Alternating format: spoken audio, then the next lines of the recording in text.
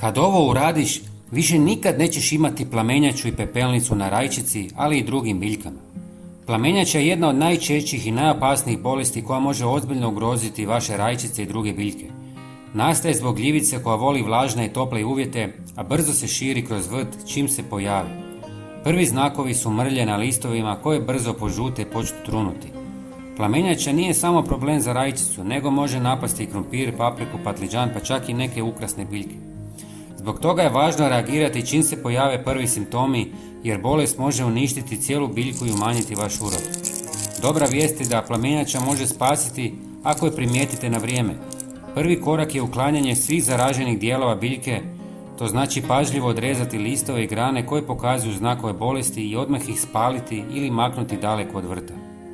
Nemojte ih bacati u kompost jer može zaraziti druge biljke. Osim toga, važno je tretirati biljku prirodnim ili kemijskim fungicidom koji će zaustaviti daljnje širenje gljivice. Pri tome pripazite da tretman obuhvati i donju stranu listova gdje se plamenjača često skriva. Uz to smanjite vlagu u vrtu i izbjegavajte zalijevanje po lišću i radije zalijevajte tlo rano ujutro. Pobrinite se za dobru prozračnost među biljkama tako što ćete ih pravilno razmaknuti i ukloniti višak lisne mase. Sve ove mjere zajedno povećavaju šansu da vaša rajčica preživi i da spriječite nove infekcije. Zato je prevencija i rana reakcija najvažnija. Sad ćemo napraviti fantastičan prirodni fungicid koji će vam pomoći. U 300 ml vode dodajte 100 ml mlijeka jer stvara tanak zaštitni sloj na lišću koji smanjuje vlagu, što je ključno za razvoj plamenjače. Osim što odbija vlagu, mlijeko potiče rast korisnih mikroorganizama koji prirodno štite biljke. Redovita upotreba mlijeka može ojačati imunitet biljaka i smanjiti potrebe za kemijskim sredstvima. Zatim dodajte 1 žlicu sode bikarbone koja mijenja pH površine lista i stvara neprijateljsko okruženje za plamenjaču. Time se sprječava razvoj gljivičnih spora i njihovo širenje. Redovito prskanje sodom može značajno smanjiti pojavu bolesti.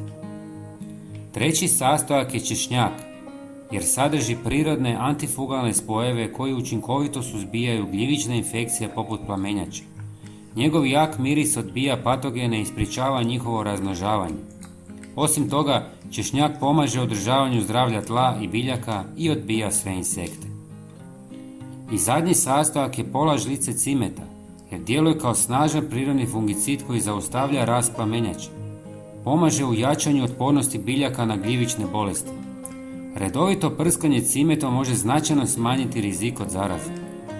Sve ostavite par sati da odstoji i zatim procijedite i razrijedite sa još 1 litrom vode. Prskajte rajčice rano ujutro, a pogotovo iza kiše.